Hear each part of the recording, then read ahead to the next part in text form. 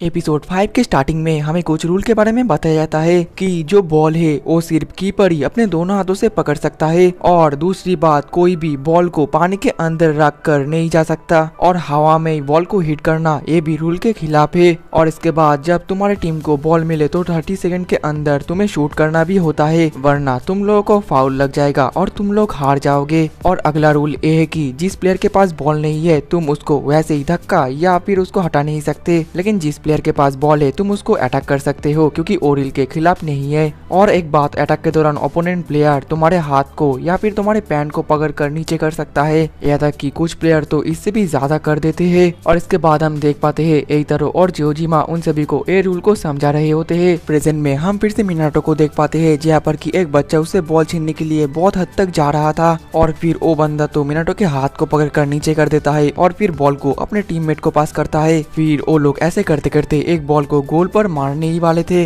लेकिन जो जोजिमा जो है वो तो उस बॉल को डिफेंड कर देता है। फिर वो उस बॉल को आमियामा को दे देता है। आमियामा तो बहुत स्पीड से ओपोनेंट टीम के गोल पोस्ट के पास पहुंचता है और फिर वो बॉल को शूट करता है, लेकिन ओपोनेंट टीम तो उसको डिफेंड कर देते हैं। और इसके बाद फिर से वो बॉल उनके पास चला आता है, जिसके बाद तो वो लोग थोड़ा सा दिमाग यूज करके एक गोल भी कर देते हैं। दूसरी तरफ रिका गाकुएन के वाटर पोलो टीम और चीनू ये सब कुछ अभी भी देख रहे थे। वहीं पर जो आमियामा था वो मिनाटो के पास आकर बोलता है, तुम्हें क्या हुआ? तुम्हें तो अपने डिफेंडर से पहले उस बॉल को ले लेना चाहिए था, तुम क्या कर रहे थे? मिनाटो तो उदास होता है और बोलता है मुझे माफ कर देना, लेकिन तभी ऊपर ताकेकाजु आकर बोलता है, आमी आमी तुम ये क्या कर रहे थे? तुमने तो मिनाटो को बॉल ही पास नहीं किया। आमियामा बोलता है अगर मैं मिनाटो को बॉल पास कर दिया होता तो वो लोग मिनाटो से फिर से बॉल छीन लेते। और ये सुनने के बाद तो मिनाटो थोड़ा सा उदास हो जाता है। इसके बाद उनका गेम फिर से शुरू होता है और ताकेकाजु तो इस बार फुल फॉर्म में होता है और उसको जैसे ही बॉल मिलता है वो तो अपना पूरा जोर लगाकर बॉल को पूरा गोल में मार देता है, लेकिन उनका कीपर फिर भी उस बॉल को पकड़ लेता है, जिसके बाद फिर से वो लोग ऐसे ही एक गोल कर देते हैं और इसी के साथ ही ये गेम भी खत्म होता है। इसके कुछ देर बाद वो सभी पूल के बाहर आते हैं और उन लोगों को तो बहुत ही ज्यादा थकावट हो रही थी। अब अगले दिन में रिका गाकुएन के स्टूडेंट मिनाटो और बाकी सबके पास आने लगते हैं और वो लोग तो काफी ज्यादा खुश भी थे क्योंकि मिनाटो का टीम हार गया था। लेकिन तभी एक बंदा बोलता है, चीनू आखिरकार तुम्हें क्या हुआ? चीनू बोलती है, मैंने तो इमेजिन भी नहीं किया था कि मिनाटो इतना ज्यादा बुरा खेलेगा। कैप्टन बोलता है, क्या तुम उसे जानते हो? चीनू थोड़ा सा घबराकर बोलती है कि हाँ मैं उसको थोड़ा बहुत जानती हूँ। दूसरी तरफ तो ताकेकाजु आमियामा के ऊपर गुस्सा कर रहा होता है और बोलता है, तुमने आखिरकार मुझे पास क्यों नहीं किया? जिसमें आमियामा बोलता है, बाबे यारो और तुम्हें दोनों के ही सामने ओपोनेंट थे, इसलिए मेरे पास और कोई रास्ता नहीं था, इसलिए मैंने अपना ही एक स्ट्रेटेजी बना लिया। जिसमें ताकेकाजु बोलता है, लेकिन फिर भी तुमने मिनाटो को बॉल पास नहीं किया। जवाब में आमियामा कुछ बोलने वाला ही था, लेकिन बीच में मिनाटो बोलता है, मुझे माफ कर देना, ये सारी मेरी गलती है क्योंकि मैंने ही अपना स्ट्रेटेजी को अच्छी तरीके से इस्तेमाल नहीं किया। जोजिमा बोलता है, मुझे भी माफ कर देना क्योंकि मेरा स्ट्रेटेजी भी उतना ज्यादा अच्छा नहीं था। बाबी और उशी भी बोलते हैं, हमें भी माफ कर देना। लेकिन तभी एक तरह तो काफी ज्यादा सीरियस होकर बोलता है, मैं अभी चलता हूँ। सभी तो बहुत ज्यादा हैरान हो जाते हैं। जोजिमा पूछता है, क्या तुम्हारा कोई प्लान है? एक तरह बोलता है, मैं अभी सोचूंगा कि मैं इस टीम के साथ और खेलूंगा भी या नहीं। ये सुनने के बाद तो उन लोगों के मानो पैर तले जमीन खिसक जाता है और फिर एक तरह जल्दी से वहाँ से भाग जाता है। लेकिन बाहर वहाँ पर रिका गाकुएन के स्टूडेंट्स होते हैं, एक तरह उनको भी इग्नोर करके वहाँ से चला जाता है।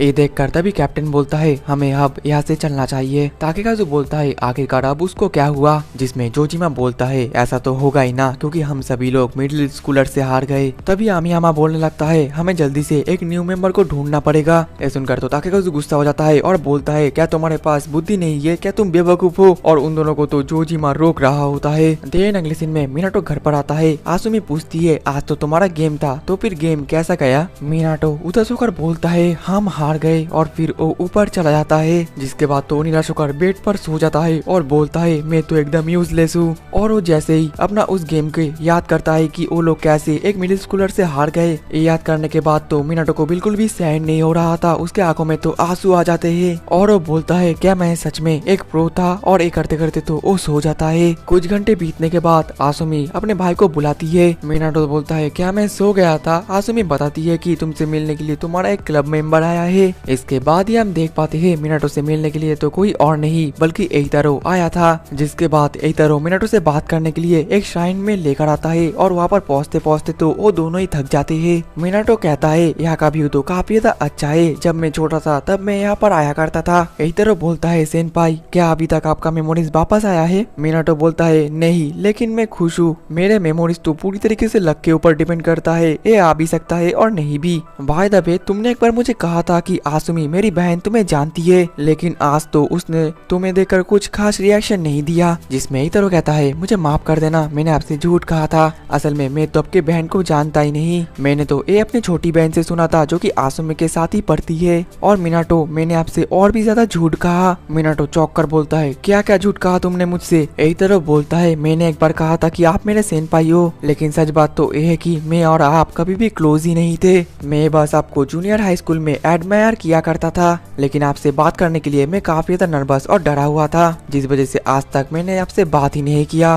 और मैंने आपके ओल्ड टीममेट से आपके बारे में सुना कि आपने आपका पूरा मेमोरीज खो दिया है, इसलिए मैंने प्रिटेंड किया था कि मैं आपका एक जूनियर हूँ और आपके साथ काफी ज्यादा क्लोज हूँ। मिनाटो सुनकर हैरान होकर बोलता है तुम ऐसा मत बोला करो, ये तो काफी ज्यादा डरावना है, लेकिन खैर आखिरकार तुमने ऐसा क्यों किया? यही तरह बताता है क्योंकि मुझे लगा था कि आप जिस भी टीम में होगे वो टीम जरूर स्ट्रांग होगा। मैंने अपना पूरा जूनियर हाई का 3 साल बहुत ज्यादा मेहनत किया, लेकिन अभी तक मुझे ऑफिशियल खेलने का मौका ही नहीं मिला, और तब मुझे लगने लगा शायद मैं एक वीक टीम के साथ हूँ, इस वजह से हमें ऑफिशियल खेलने का चांस नहीं मिलेगा। लेकिन जिस भी टीम में मिनाटो सेनपाई होगा, अगर मैं उस टीम में खेलूंगा तो मैं जरूर ऑफिशियल खेल पाऊंगा। इसी वजह से मैंने अपने पुराने टीममेट्स भी छोड़ दिए थे, लेकिन सब कुछ प्लान के हिसाब से नहीं चल रहा। और आपने मुझे पहले ही वार्न किया था कि अभी आप पहले की तरह नहीं खेलते हो, आप और अभी प्रो नहीं हो, लेकिन तब मुझे लगा था कि आप बस सिर्फ मॉडेस्ट हो रहे हो। लेकिन आज के बाद मुझे पता चल गया कि उस वक्त आप बिल्कुल सीरियस थे, क्योंकि मैं जिस मिनाटो सेनपाई को जानता था वो ये नहीं है, क्योंकि इस वाले मिनाटो ने अपना टैलेंट पूरी तरीके से खो दिया है। लेकिन जिस वाले मिनाटो को मैं जानता था उसका टैलेंट तो एकदम मानो लगता ही नहीं था कि वो ह्यूमन है, इसलिए मैं आपको इतना ज्यादा खराब खेलते हुए नहीं देख सकता, क्योंकि मैं जिसको एडमायर करता हूँ वो मेरे सामने इतना ज्यादा खराब होता जा रहा है, ये मेरे से सहन नहीं होगा। इसी वजह से मैं वाटर पोलो को क्वाइट कर रहा हूँ। और ये बोलने के बाद तो वो वहाँ से भाग जाता है। वहीं पर मिनाटो तो पूरी तरीके से दंग होता है, और यहाँ तक कि वो तो यही तरह को भी रोक नहीं पाता। इसके बाद हम मिनाटो के बाकी दोस्तों को भी देख पाते हैं, जो कि सभी टेंशन में थे और चिंता कर रहे थे क्या एइतारो सच में वाटर पोलो को छोड़ देगा, क्या वो हमारे साथ और नहीं खेलेगा। और जो जोजिमा था वो भी सब कुछ सोच रहा था, लेकिन तभी उसका फादर घर पर आ जाता है, जिस वजह से जोजिमा कुछ ना बोलकर अपने कमरे को बंद कर देता है। और तभी हमें पता चलता है कि जोजिमा के साथ उसका फादर का रिलेशन कुछ अच्छा नहीं है। देन अगले सीन में हम शोगाकुकन के मेंबर्स को देख पाते हैं, जो कि बहुत ज्यादा कड़ी ट्रेनिंग कर रहे थे, और उनका जो कोच था बीजेन उन लोगों को थोड़ी देर रेस्ट करने के लिए बोलकर बाहर जूस पीने के लिए चला जाता है। लेकिन तभी वो वहाँ पर मिनाटो को देखता है, जिस वजह से वो बोलता है हे मिनाटो, तुम यहाँ पर क्या कर रही हो? मिनाटो घबरा कर बोलता है हेलो सर। अब अगले सीन में वो दोनों ऐसे ही बेंच पर बैठकर बात कर रहे थे। तभी बाइजेन पूछता है आखिरकार मिनाटो तुम यहाँ पर किससे मिलने के लिए आए हो, मोमो या फिर केइटा? मिनाटो बोलता है मैं आपसे मिलने के लिए आया हूँ। बाइजेन तो हैरान हो जाता है। मिनाटो तभी पूछने लगता है आखिरकार पहले मैं क्या करता था जिससे मैं बहुत ज्यादा अमेजिंग था, क्योंकि मैं अपने आप को जापान का बेस्ट सोच ही नहीं पा रहा हूँ। ऐसा सुनने के बाद बाइजेन मिनाटो को कुछ कहने लगता है, और इसके अगले पल ही मिनाटो घर पर आ जाता है और अपने कवर्ड में कुछ ढूंढने लगता है। और तभी उसको बहुत सारे सीढ़ियाँ मिलता है, और वो सीढ़ियाँ जैसे ही वो देखता है मानो वो तो पूरी दंगी रह जाता है। अब अगले दिन स्कूल में बाबी और ताकेकाजू स्कूल खत्म होने के बाद क्लब में जाने लगते हैं, लेकिन वहीं पर जो एइतारो था वो तो चुपचाप बैठा हुआ था, जो देखकर भाभी और ताकेकाजू थोड़ा सा उदास थे। कुछ देर बाद एइतारो भी वहाँ से जाने लगता है, लेकिन तभी मिनाटो उसको पीछे से बुलाता है। फिर वो उसको लेकर छत पर जाने लगता है कुछ बात करने के लिए, लेकिन छत का दरवाजा तो बंद होता है, जिस वजह से मिनाटो परेशान होकर बोलता है ड्रामास में तो मैंने देखा था कि सभी लोग छत पर आकर ही बात करते हैं, लेकिन हमारा स्कूल का छत तो बंद है। और फिर वो सीढ़ियों पर बैठ जाता है। फिर वो बताने लगता है एइतारो एक बार मेरी बात भी सुन लो। पिछले दिन मैं एडवाइजर बाइजन से मिला था, और मैंने उनसे पूछा कि पहले मेरे पास इतना ज्यादा टैलेंट और स्ट्रेंथ आता कहाँ से था, जिसमें उन्होंने कहा है कि मैं हर किसी से ज्यादा एफर्ट डालता था, ज्यादा मेहनत करता था। और फिर उन्होंने मुझे कुछ डीवीडीज के बारे में बताए जो कि मेरे रूम के अंदर ही थे।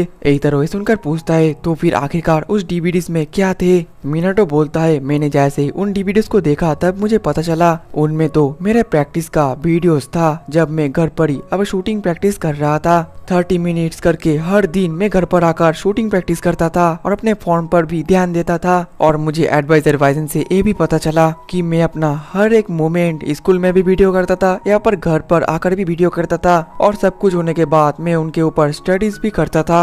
कि मैं उसको और कैसे बेहतर कर सकता हूँ वगैरह वगैरह। यहाँ तक कि मैं अपने वॉल के साथ भी बॉल के साथ प्रैक्टिस करता था, जिस वजह से मेरे वॉल पर तो डेंट आ चुका था। मैं हर बार अपना एफर्ट ज्यादा देता था ताकि मैं और भी ज्यादा इवॉल्व हो सकूं, और यही था मेरा सबसे बड़ा टैलेंट कि मैं सबसे ज्यादा एफर्ट डालता हूँ। प्रेजेंट में मिनाटो एक तरह को कह रहा था, और मुझे जब वो बॉल मिला तब मुझे पता चला मैं पहले एकदम पागल की तरह ट्रेनिंग करता था। तो सच बात तो यही कि ना ही मैं एक प्रो हूँ और ना ही मेरे अंदर टैलेंट था। मैं बस हद से ज्यादा मेहनत करता था और कुछ नहीं। हर दिन ट्रेनिंग करने की वजह से, कंसिस्टेंट रहने की वजह से थोड़ा थोड़ा करके ऐसे ही मैं जापान का बेस्ट प्लेयर भी बन गया था। मिनाटो एक तरह को ये भी बताता है, तुम तो सोच रहे थे कि मैं किसी और लेवल का हूँ, मैं ह्यूमन नहीं हूँ, लेकिन ऐसा नहीं है। और अभी तो मैं वो सब कुछ हार गया हूँ, मेरा सब टैलेंट, स्ट्रेंथ, लेकिन मैं फिर से मेहनत करूंगा ताकि मैं फिर से सब कुछ रीगेन कर पाऊँ। और फिलहाल तो मेरा पास्ट ही मेरे लिए राइवल है, और अभी मैं अपने पास्ट सेल्फ को ही हराना चाहता हूँ। इसी वजह से मुझे तुम्हारी भी मदद चाहिए, क्योंकि तुम्हें वाटर पोलो के बारे में काफी कुछ पता है। तो फिर इधर रहो, क्या तुम मेरे साथ वाटर पोलो खेलोगे? क्योंकि मैं प्रॉमिस करता हूँ कि मैं ऐसा बनूंगा जिसको कि तुम फिर से एडमायर कर पाओ। ये सब सुनकर तो इधर इमोशनल हो जाता है और बोलता है, मैंने जो कुछ भी कहा उस वजह से मुझे माफ कर देना, मैं आपके साथ जरूर खेलूंगा। और फिर वो दोनों गले भी मिलते हैं। दूसरी तरफ क्लब के अंदर तो ताकेकाजु फिर से आमियामा के ऊपर गुस्सा कर रहा था और बोलता है, जल्दी से अपने कपड़े चेंज करके आओ। आमियामा बोलता है, जब इतरो हमारे साथ नहीं खेलेगा तो ट्रेनिंग करने का कोई फायदा नहीं है।